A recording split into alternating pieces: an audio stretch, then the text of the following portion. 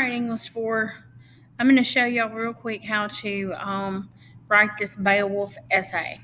So we would normally do this in class, but things are a little different here in 2020. So I'm going to show you on my computer how to get this going, and you're going to complete the essay. And I do know that y'all know how to write an essay because I taught you.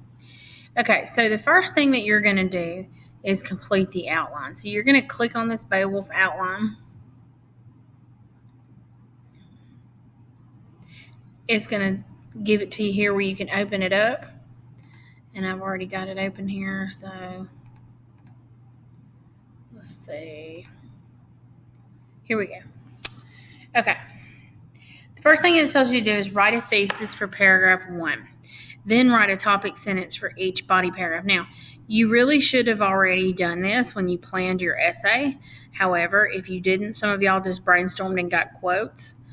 So I want you to do that now. If you've already done it, copy and paste.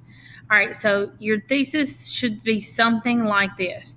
Like Beowulf, my mother Judy, or Superman, or my friend Joe, whoever is your personal hero that you've chosen, also embodies the characteristics of valor, loyalty, selflessness, and a sense of justice.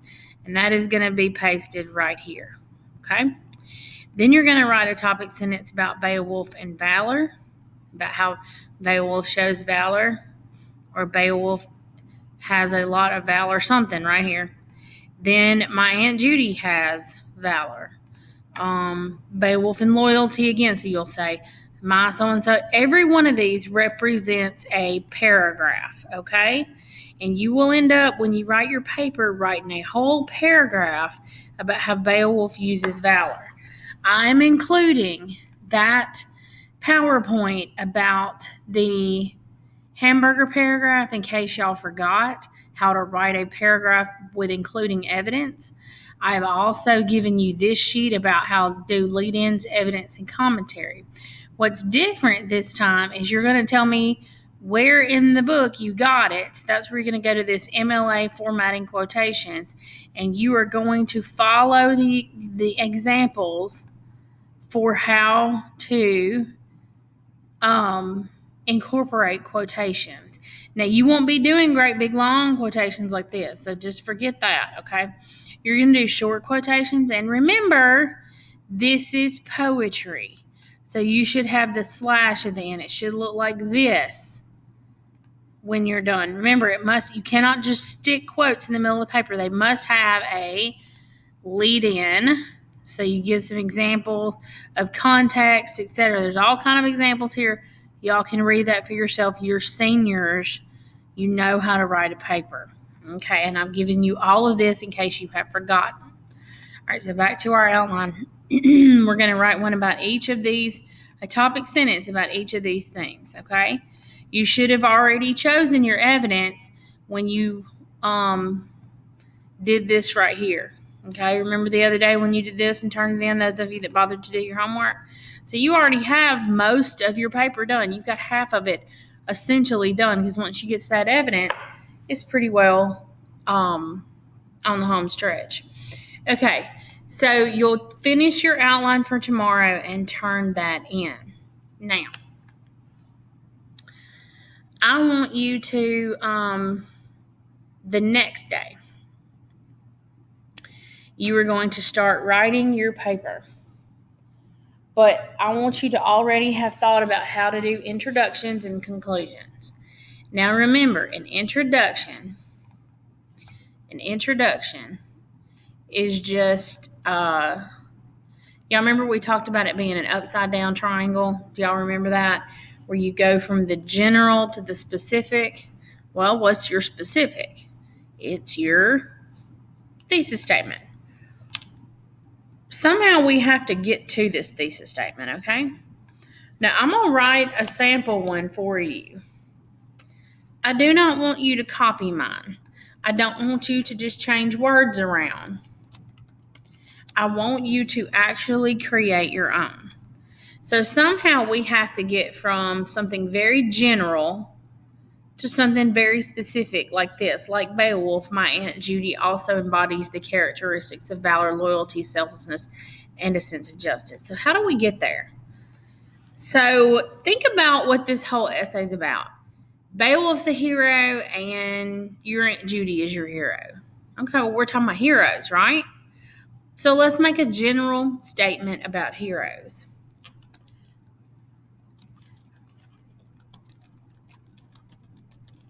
Bam.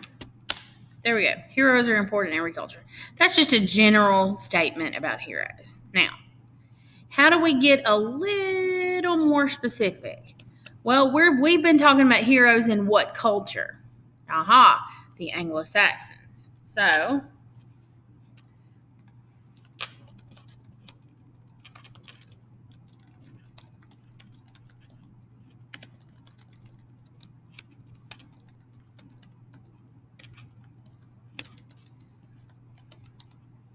okay, so we got a little more specific. How do we get even more specific than that? Do we know a specific Anglo-Saxon hero? I bet we do. So we need to say something about Beowulf being an Anglo-Saxon hero, right? So why don't we just say that?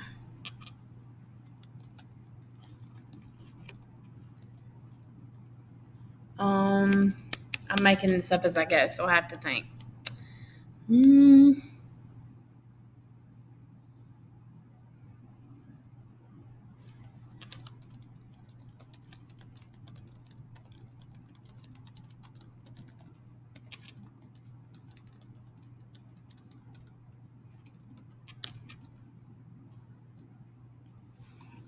Okay, so we have said something basically general about heroes.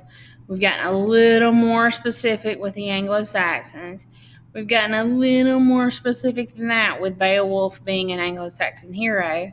And then we can bring your personal hero into it with those characteristics. Ta-da! We have except y'all know my pet peeves here.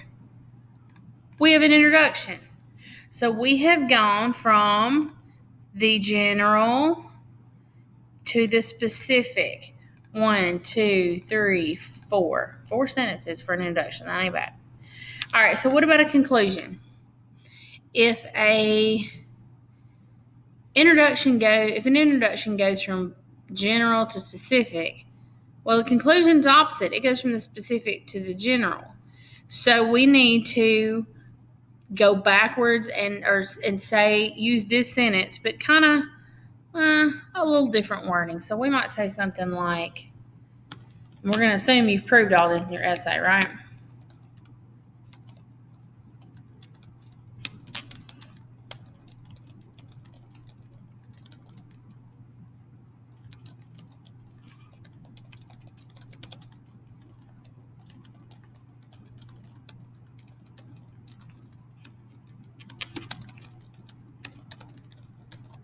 So that's pretty much saying the same thing, different words, right?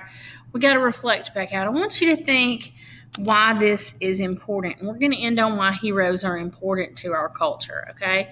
So we might say something like,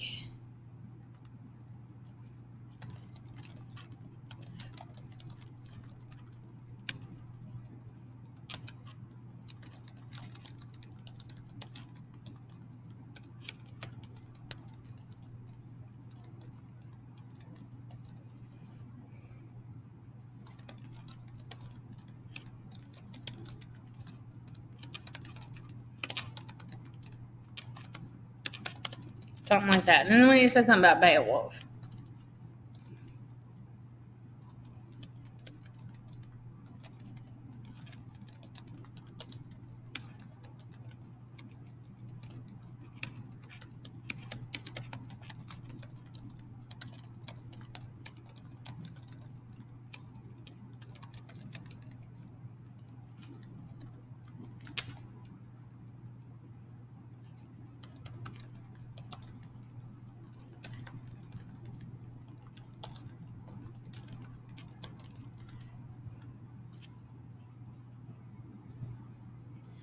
Okay, so we need to say something general about heroes again.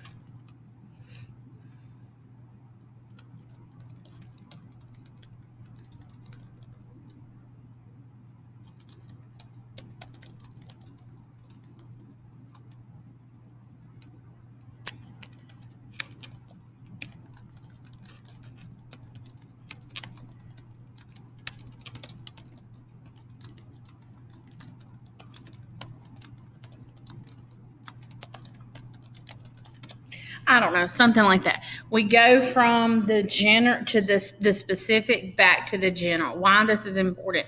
We all need heroes, right? So that's what's important. Okay, so that's an example of an introduction and a conclusion. I'm not going to give you a copy of this. You're going to have to watch it to get the help, okay?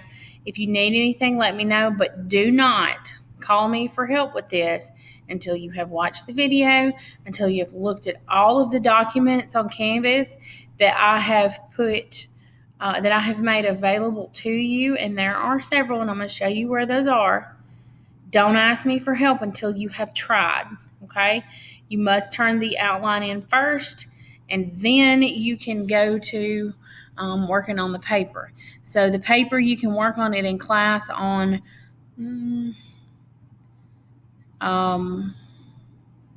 for group A, it'll be, or for group A, it'll be Thursday.